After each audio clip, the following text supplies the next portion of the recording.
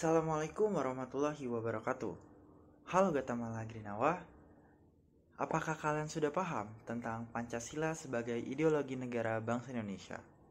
Sebelumnya, izinkan saya memperkenalkan diri. Nama saya Adrian Novansyah Maulana dengan NIM C240122111. Saya berasal dari kelompok besar Gatamala di Satya dan kelompok sedang Wirasena di Kwijaya. Di sini saya akan menjelaskan bagaimana penerapan setiap poin Pancasila sebagai ideologi negara bangsa Indonesia.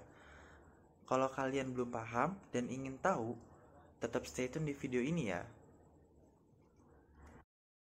Sebelum mengenal lebih jauh, saya akan menjelaskan yang pertama, apa itu Pancasila. Pancasila adalah pilar ideologis negara Indonesia. Nama ini terdiri dari dua kata dari bahasa Sanskerta yang berarti Panca berarti 5, sila berarti prinsip atau asas.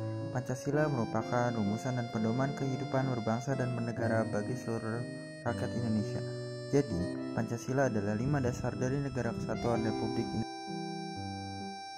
Setelah Pancasila, yang kedua adalah ideologi negara. Istilah ideologi berasal dari bahasa Yunani yaitu idein dan logos. Idein berarti memandang, melihat, ide, dan cita-cita, sementara logos adalah logika atau ilmu. Dari istilah ini, ideologi adalah seperangkat ide yang membentuk keyakinan dan paham untuk mewujudkan cita-cita manusia.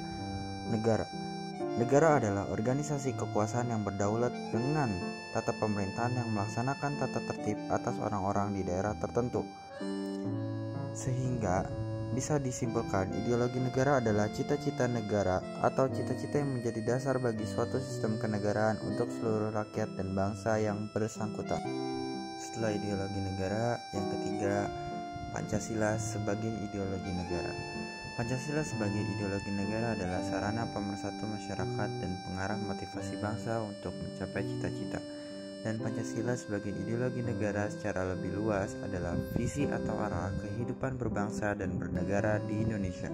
Jadi, nilai-nilai yang terkandung dalam kelima asas Pancasila menjadi landasan masyarakat dalam bersosialisasi, kehidupan beragama, hak asasi manusia, dan bekerja sama.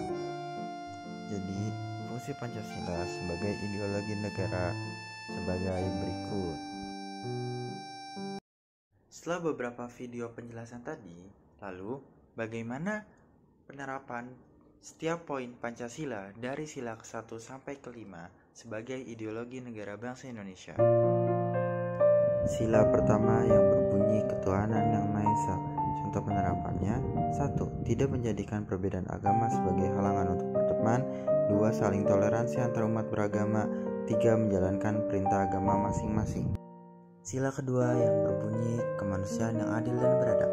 Contoh penerapannya: 1. Menghormati pendapat orang lain ketika sedang bermusyawarah. 2. Mengembangkan sikap saling tolong-menolong kepada orang yang sedang membutuhkan bantuan. 3. Saling mencintai sesama manusia. Sila ketiga yang berbunyi persatuan Indonesia.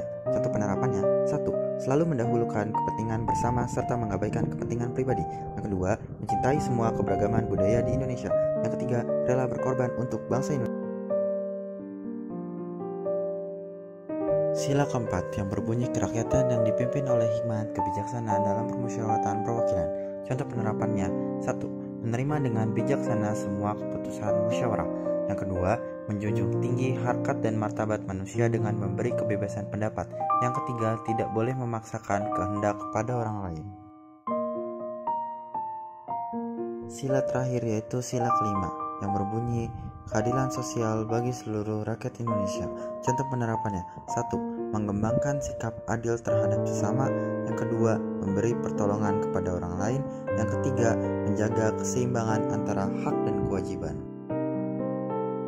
Bagaimana? Apakah kalian sudah paham tentang Pancasila sebagai ideologi negara bangsa Indonesia?